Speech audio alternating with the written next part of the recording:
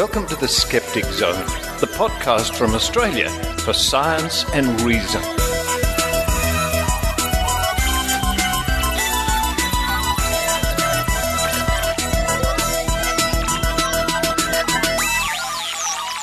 Yes, it's the Skeptic Zone, episode number 486 for the 11th of February 2018. Richard Saunders here with you from Sydney, Australia. And I'm almost over the wretched skeptic cold flu / man flu / whatever the hell it was. I think you can hear in my voice it's not quite there yet, but, 90%, and that's better than nothing. Coming up on this week's show, we're going to kick off with an old friend of mine, Professor Paul Willis, who is the CEO of Media Engagement Services. Paul is going to be talking to us about his opinion on the Religious Freedom Review, the review currently underway. Now, Paul has very strong opinions on this, as you will hear in his segment, and he makes the case that religion should keep its nose out of politics in a big way. A piece of his mind with Professor Paul Willis coming up at the top of the show. Then after that, we're interviewing Bill Nuvo from Canada, a magician and a skeptic with a keen eye, because he was watching a show called The Dragon's Den, similar to the Shark Tank, and he noticed some old applied kinesiology tricks. He wrote into the Canadian TV network, CBC, protesting, and they had him on the Marketplace show to follow up. A good lesson for skeptics everywhere. Bill didn't sit back and groan. He actually took action, ended up on TV, and, you'll hear the rest later on in the show when we interview magician and skeptic Bill Nuvo. Then it's Heidi Robinson back again, the Raw Skeptic, with a tale of diphtheria. Now there's a word you don't hear much anymore. Diphtheria, like cholera. And these sort of things that you might think are from history. A report about diphtheria, a strange thing to be reporting about in 2018 with Heidi Robinson. Then to round off the show, more medical lunacy, a report from the Sydney Morning Herald with an opinion piece by Dr. Ken Harvey about some of the ridiculous indications being considered by the Therapeutics Goods Administration. You haven't heard anything yet, folks. This is worse than a Marx Brothers movie. In fact, I think Groucho Marx would make a better doctor. Actually, he was a doctor in one of his movies, Dr. Quackenbush, I think. Lunacy from the Therapeutics Goods Administration to round off this episode of the Skeptic Zone.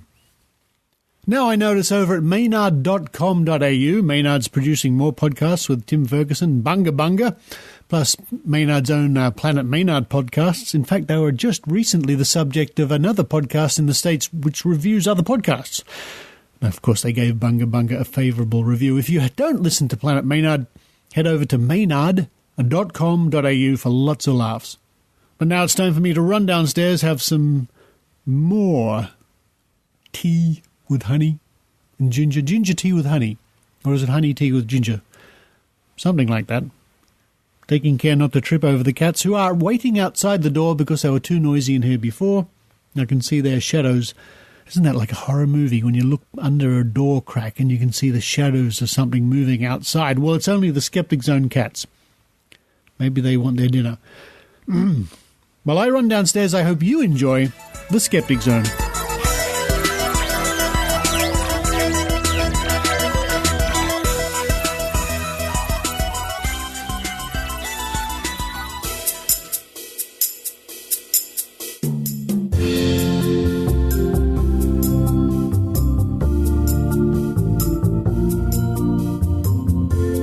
Of his mind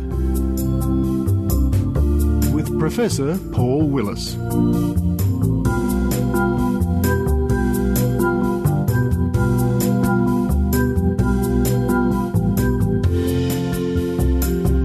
I want to start this little rant by clearly stating I have no problems with anyone believing whatever they like. No religion is too weird, no cult too loopy, that if someone wants to follow those beliefs, who am I to stop them? Go right ahead. Knock yourself out with your spiritual journey of self-discovery. You can even drop me the occasional postcard from your travels and let me know how you're getting along. I'm happy for you. But don't expect me to join you. There are only 3 caveats I have around religions and belief. Your beliefs must not harm you or others. You have no right to impose your belief on anyone else. And all of your beliefs and practices must conform to the secular law of this country. That is what secularism is all about. Freedom of religion, but also freedom from religion. Personally, I have no beliefs. I don't think that belief is a particularly useful way to gain knowledge. To me, belief is about accepting a proposition without evidence, and that is a complete anathema to me. I consider myself a rationalist. I only accept what the evidence tells me to accept. So, bereft of evidence, beliefs don't even enter into my equations. Given my 3 caveats around beliefs, I get very angry when I see various churches and other religious groups wanting to act outside of the secular laws of this country. Claims for such actions are usually put forward under the name of religious freedom, but such actions are in fact usually quite the opposite. Religious freedom is the freedom to choose what religion you want to follow and to involve yourself in the practices of that religion. Freedom from religion means that you should not have to put up with the doctrines or practices of religions that you don't agree with. The latest kerfuffle about religious freedom centres around the Ruddock Review. This was set up to appease some of the more strident churches and religious groups after the gay marriage debate concluded late last year. Their contention is that their religious freedom will be affected if they are forced to recognise gay marriage. What they're seeking is the right to operate outside of secular laws of Australia. Specifically, they want exemptions around Australia's international obligations as well as state and federal laws concerning freedom of thought, conscience and religious belief.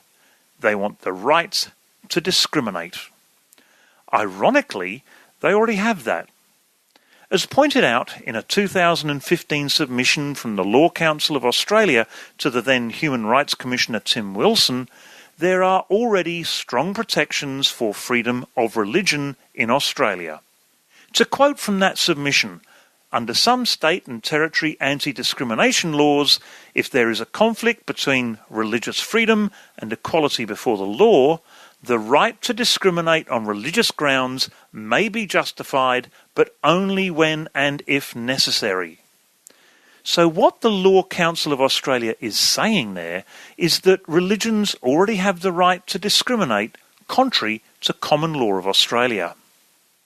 Why should any group, be they religious or otherwise, be given special privileges above secular law? As we have seen from the Royal Commission into the institutional abuse of children, that is a very dangerous thing to do. The Royal Commission revealed a gut-wrenching litany of child abuse across many churches and other religious institutions. In many cases, the clergy didn't even realise they were acting outside of the law, and in no case did the church leaders take the offenders to the police. Plainly, they were putting church law above common law, and it got worse when the recommendations of the Commission were finally released. One of those recommendations was that the doctrine of the Catholic Church around the sanctity of the confessional should be revised.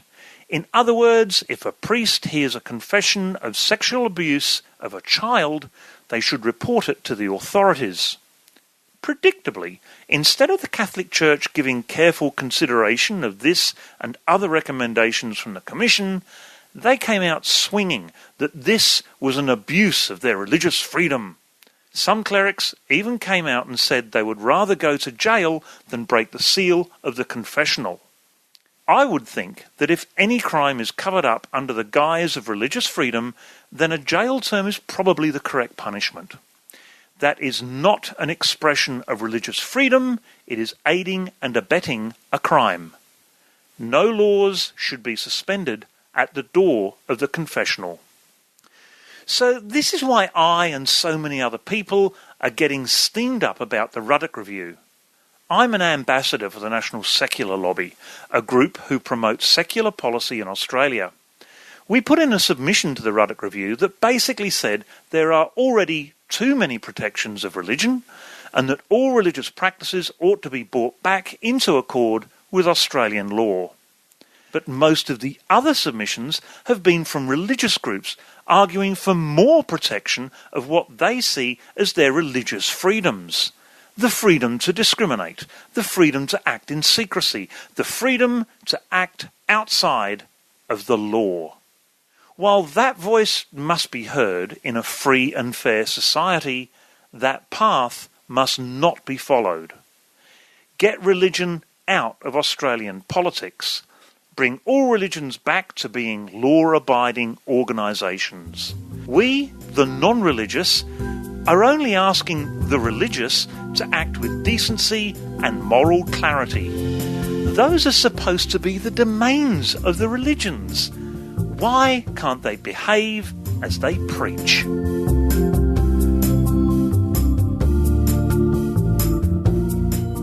Submissions for the Ruddock Review close this Wednesday. If you want your opinions heard, Google Religious Freedom Review or just click the link in this week's show notes.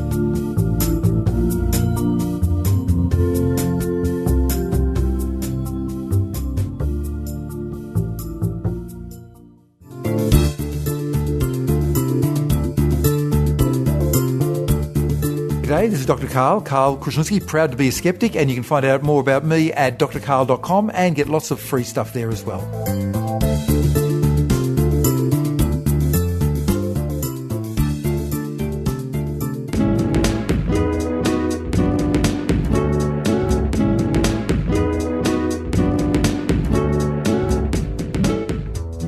And joining me now, all the way from Windsor, Ontario, Canada. Sounds like a great place to be, especially this time of year, nice and cold, I bet. It's Bill Nuvo. Hello, Bill. Hello. Nice to catch up with you. And before we get started on the topic, which is the TV show in Canada called The Dragon's Den, internationally that's got other variations. In Australia that's known as the Shark Tank, but it's more or less the same thing. We'll get to that soon.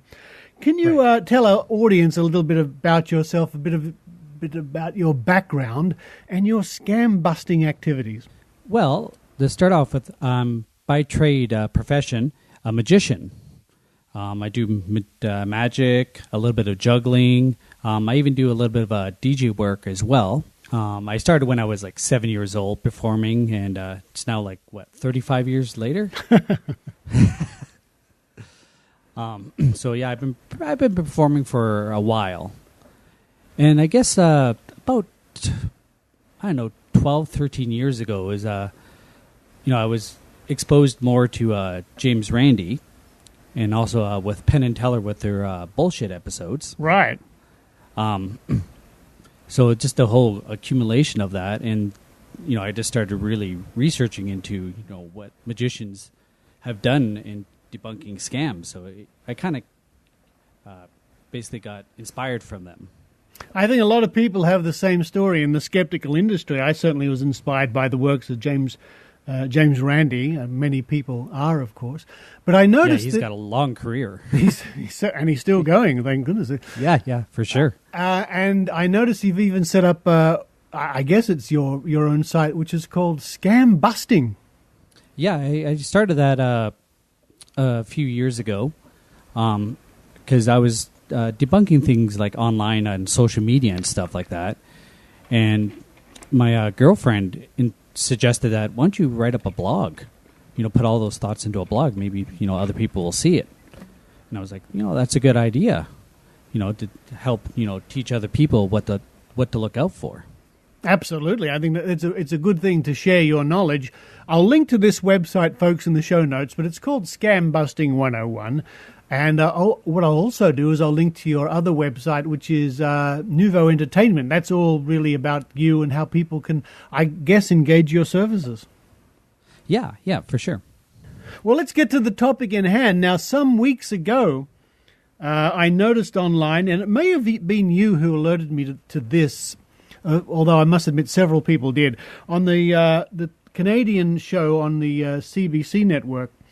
It's called Dragon's Den, and for those of you who don't know, this is the sort of show where they get these business entrepreneurs sitting around and people come up and pitch ideas to them in the hopes that the entrepreneurs will fund their scheme in exchange for a piece of the action. So they'll give them $10,000, but they expect a certain amount of the profits or whatever it is. It's a bit of a wheeling, dealing situation.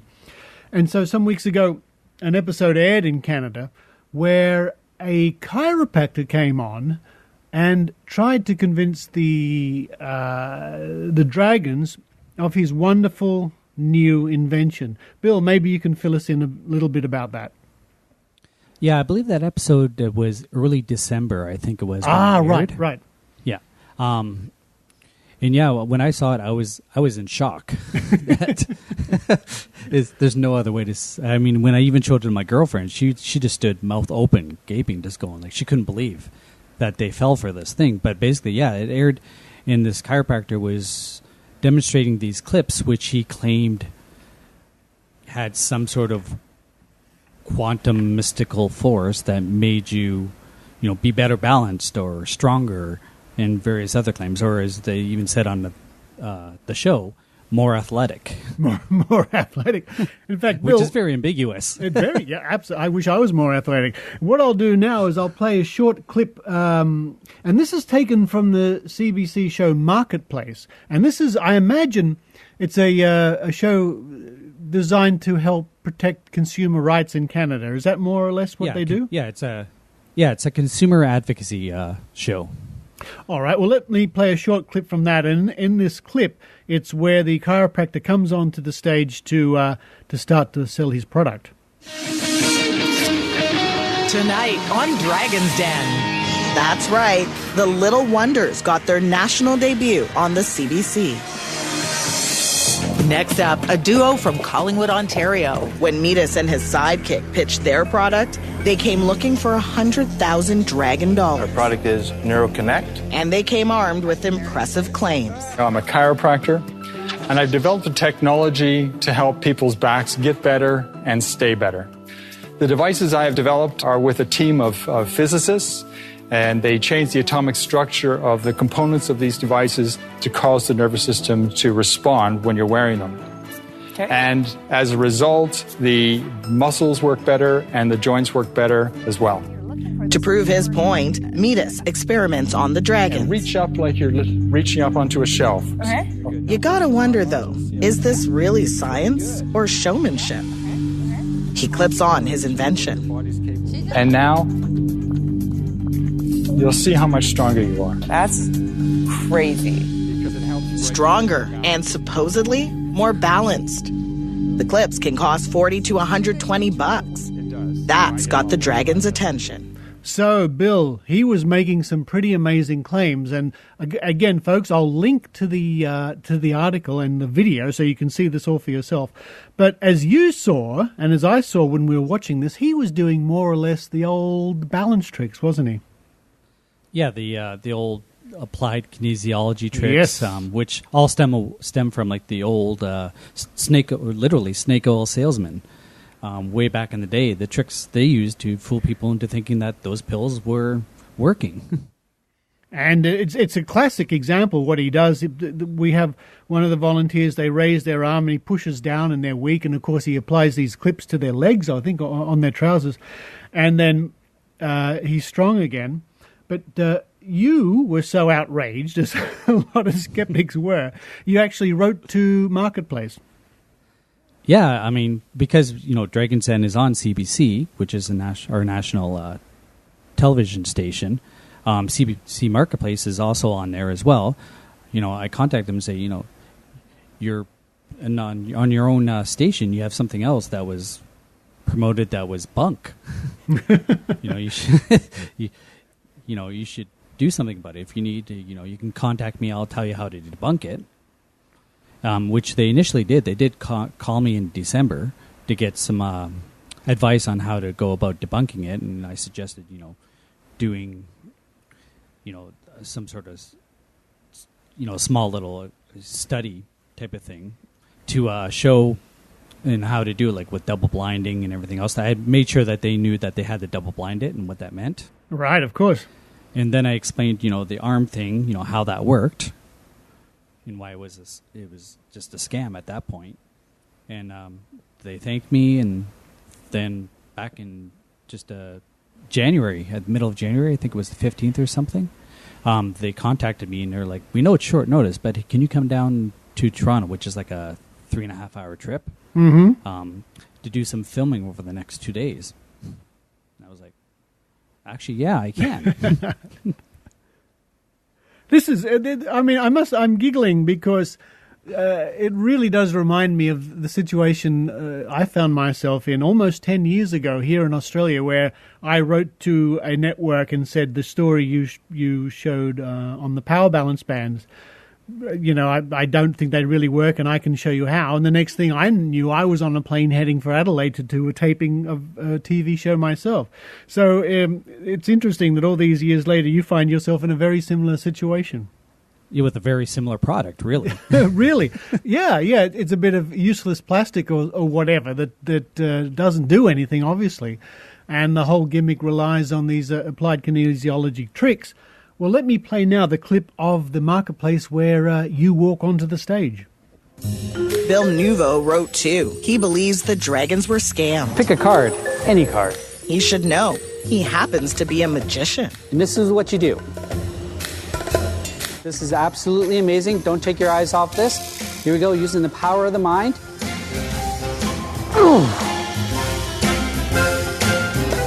And knows how sleight of hand can give the illusion of truth. So this is where they filmed Dragon's Den. It's not set up right now, but you get the picture. Yeah. Deceptive, eh? It's very deceptive. TV magic. Yeah, for sure. Why did you email Marketplace? I was awestruck. I was completely befuddled that how the dragons were fooled so easily. As magicians, we're kind of what's called honest liars. We're paid to lie to people. We're deceiving you. But what I saw was deception without people knowing that they were being deceived. It could be a common magician's trick. Right. And it's called misdirection. I don't believe this. Seems way too good to be true. Yeah. It's actually like a parlor trick. Way back in the day, snake oil salesmen used to use these tricks to fool people into believing that, whatever pill that they were being sold was giving them strength or, making them feel better. Put your arm up. Yeah. Bill has his own explanation of how the dragons could have been fooled. See how easy that is to go down? Right. Then he did the thing they put the clip on. Yeah. You can see, I'm putting a lot more pressure on you. Right. Because sometimes when you do it the second time, you're resisting a lot more. But if I switch the angle towards your body, or more specifically towards your foot, I can resist more. You can resist, and I can even... Yeah. It's something as simple as that. So you say he was playing tricks on the dragons. I do. Well done, Bill. That's great. I mean, it's good to hear you, and folks, you can see Bill demonstrating what exactly was going on. And I noticed in watching the rest of the marketplace story that the dragons ultimately didn't follow through and didn't help support this chiropractor. Yeah, that was a good thing, actually. I was glad about that, because we don't know for a while, because even though on the show they can say, hey, we'll buy into this, there's always that, caveat of, we'll look into it afterwards more. Yeah. And luckily, they did. Yes. Still, I think the fact that on the show that they were so easily fooled kind of gave it a little bit of credibility, undue credibility. I absolutely agree. And it's all very well for Marketplace to come up and then show, obviously, that it doesn't work. Unfortunately, the Dragon's Den went to where, and lots of people would naturally think this product works and probably went out and bought it. So it's a pity that the dragons weren't a little bit more... You know what? They should have you there on every episode. just to cast your skeptical eye, I think. Well, it's almost... I mean, they almost should have some people vetting some of these people before they even get to the dragons. You know, I agree, but it's an interesting one. That trick, the applied kinesiology trick, is very good when you think about it. It really does fool a lot of people, and that's why companies like Power Balance were so successful. Oh, for sure. It's a great magic trick. It is. It is. That's really what it is. It really is. Well, Bill, look, thanks very much for doing that, being prepared to go on the marketplace, but more importantly, I think, writing, letting them know not only that your displeasure, but also letting them know that you could shed some light on this, and I think that's very important. I agree. Silent voices don't do much. Well, folks, again, I'll link to everything that we've been discussing about this whole situation. You can see the video for yourself and be outraged just as we were. And then you can check out all of Bill's activities plus his entertainment. Well, Bill, all the way over there in Windsor, Ontario, thank you very much. Thank you, Richard.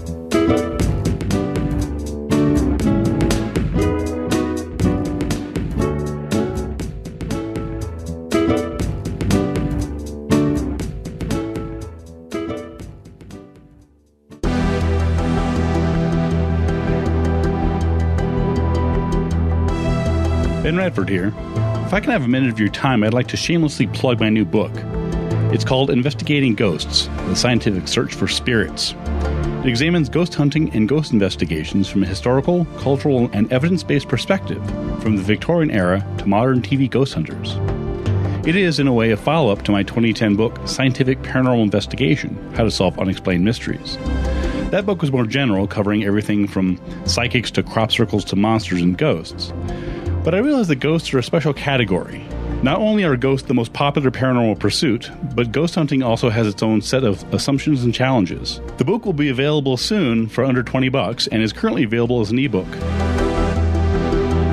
For more information on the book and me, check out benjaminradford.com. Please check it out. Thanks.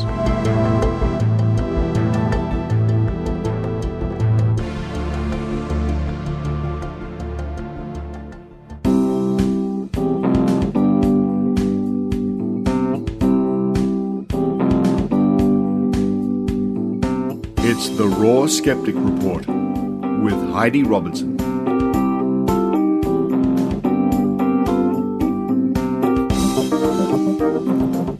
Hello everyone, Heidi Robertson here from the Northern Rivers Vaccination Supporters.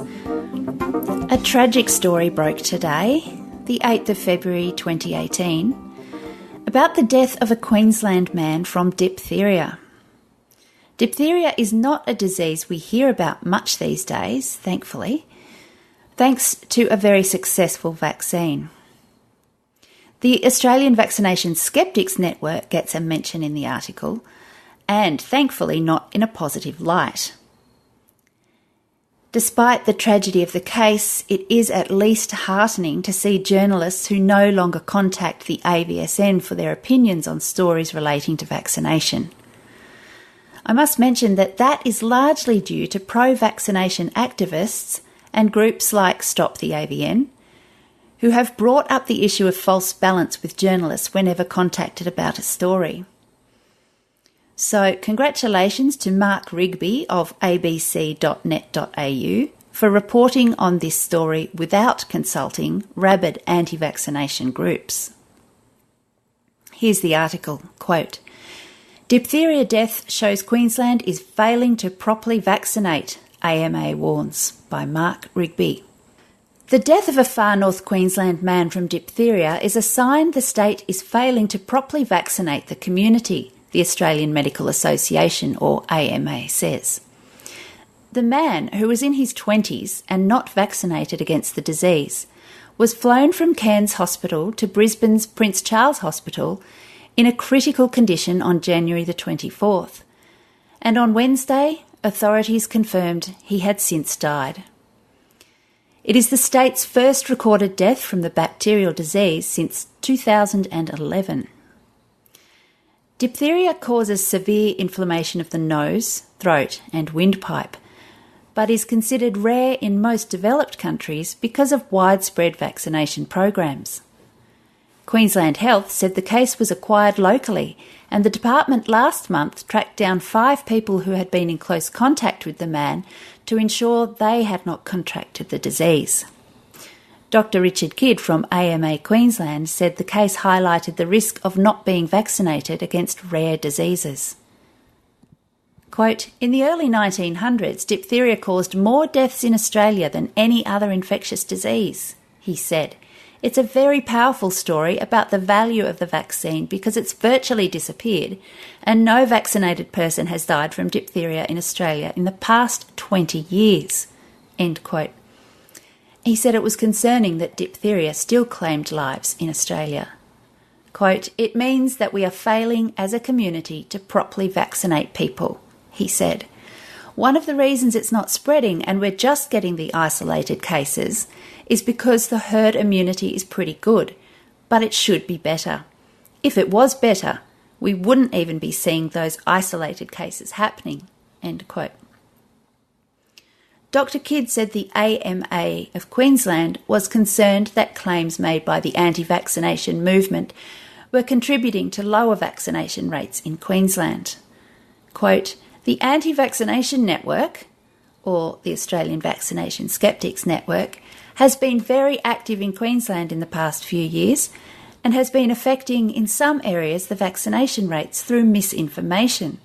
Parents who want to do the right thing for their children are always looking for information to help them decide what is the right thing to do. And the misinformation from the anti-vaccination network has led some parents to not vaccinate their children, which is awfully worrying." End quote. Queensland Health issued a statement to the ABC offering condolences to the man's family. End quote. And it is a very sad case. Let's hope we do not hear of any more such cases in the future.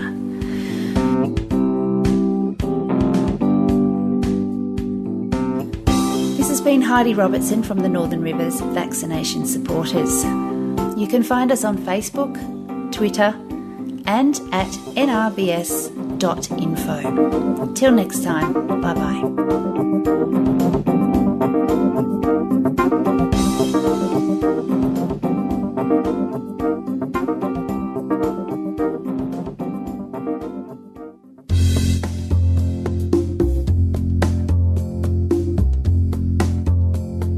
Hej svenska skeptiker! Du vet väl att vetenskap och folkbildning inte bara är trogna anhängare av The Skeptic Zone utan också arrangerar föredrag, pop-science-quiz och skeptikerträffar runt om i Sverige. Gå in på www.vof.se för att spana in vad våra 7 olika lokalföreningar runt om i landet har på gång. Och om du bor i en stad där det inte finns någon lokalförening, varför inte starta en själv? Jag pratar med dig, Umeå. Hello all skeptics in Sweden! I'm sure you already know that the Swedish Skeptics Association not only is a big fan of the Skeptic Zone, but that we also organize lectures, pop science quiz and skeptics in the pub all over the country. Go to www.vof.se to see what our 7 local chapters are up to. And if you live in a place where there is no local chapter, why not start one yourself? I'm talking to you, Umeå.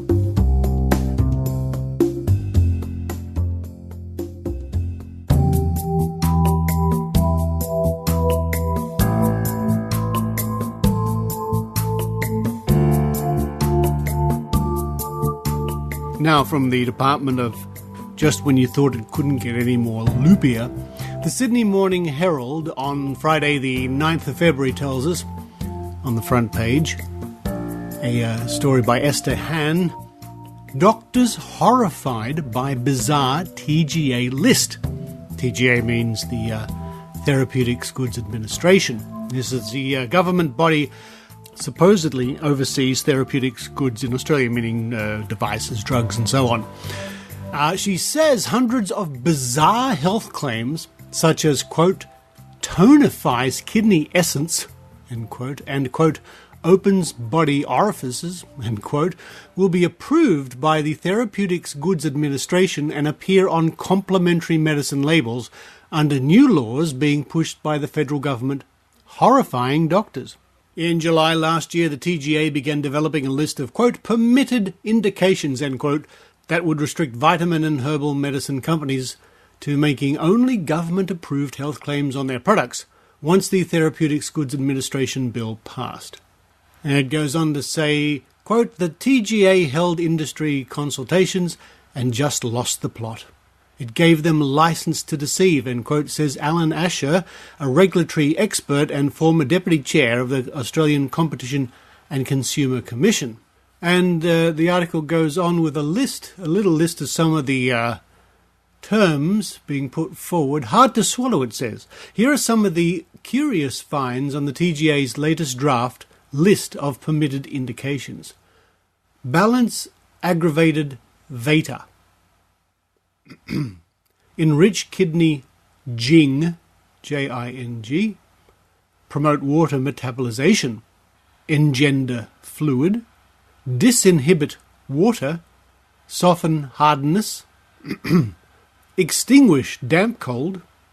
Expel stagnant heat. And later on in the paper we have an opinion piece by Dr. Ken Harvey. How would you like to, quote, stimulate your chi, end quote, or perhaps, quote, replenish your essence, end quote? These one-liners are among more than 1,000 the Therapeutics Goods Administration says complementary medicine makers can put on their products that, for the most part, have no scientific evidence to prove their worth. In the face of growing concern about the marketing of such products, the TGA has published a soon-to-be-enforced list of 1,019, quote, permitted indications, end quote, that it says the industry can use on labels.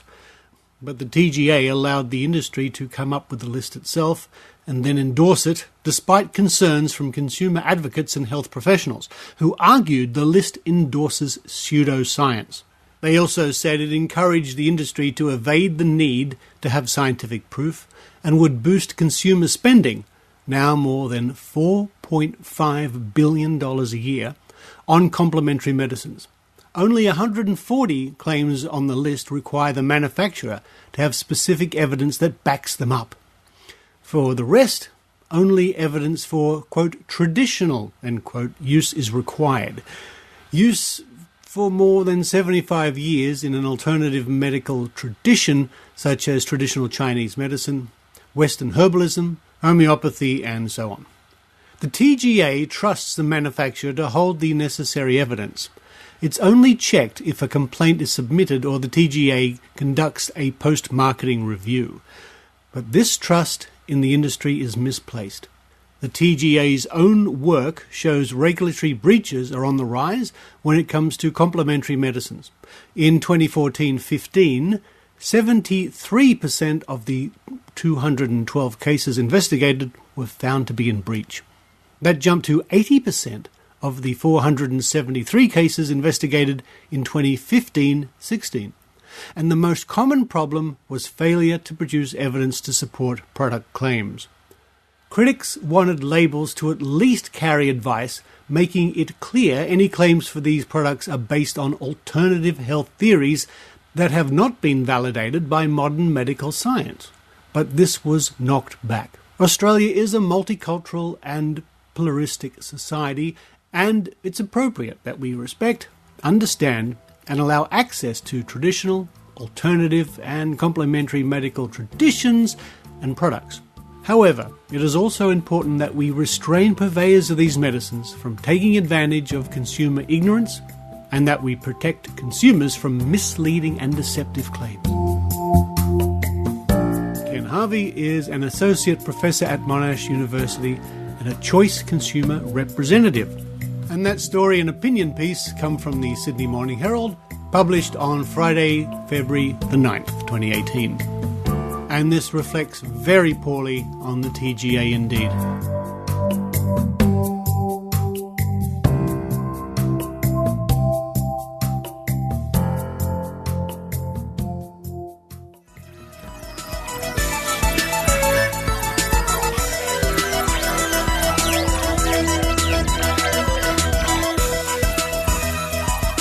Thank you for listening to the Skeptic Zone. Thank you to those people who support the Skeptic Zone via Patreon or PayPal. Much appreciated, and as ever, and you've heard it from me many times, it's people like you that keep this show on the internet. And in some cases on the air, because I know occasionally radio stations use interviews and bits and pieces from the Skeptic Zone, which I love to hear about. A big thank you to Brian Kirby from 502 Conversations, who interviewed me during my visit to Las Vegas last year. It's a TV-style interview, and if you want to spend the next 40 minutes listening to me drone on, I'll put a link in the show notes. Very interesting experience being interviewed in a hotel room, as it happened, by Brian Kirby, and he does lots of interviews of very interesting people, and me. Thank you, Brian. I really enjoyed the experience. And, of course, thank you to those people who continue to support the fundraising campaign for Britt Hermes. Again, I'll put a link in the show notes. That's going very well indeed, and sending a strong message to those people who try to silence skeptics by threatening legal action. But for this week, this is Richard Saunders signing off from Sydney, Australia. You've been listening to the Skeptic Zone podcast. Please visit our website at www.skepticzone.tv for show notes, contacts, and to access the back catalogue of episodes going back to 2008. You can follow the Skeptic Zone podcast on Twitter at Skeptic Zone, visit our Facebook page, or leave a review on iTunes. You can also support the Skeptic Zone via Patreon or PayPal. You can be part of the show by downloading the Voice Byte app at voicebyte.com and using the hashtag Skeptic Zone. The Skeptic Zone podcast is an independent production. The views and opinions expressed on the Skeptic Zone are not necessarily those of Australian skeptics or any other skeptical organisation.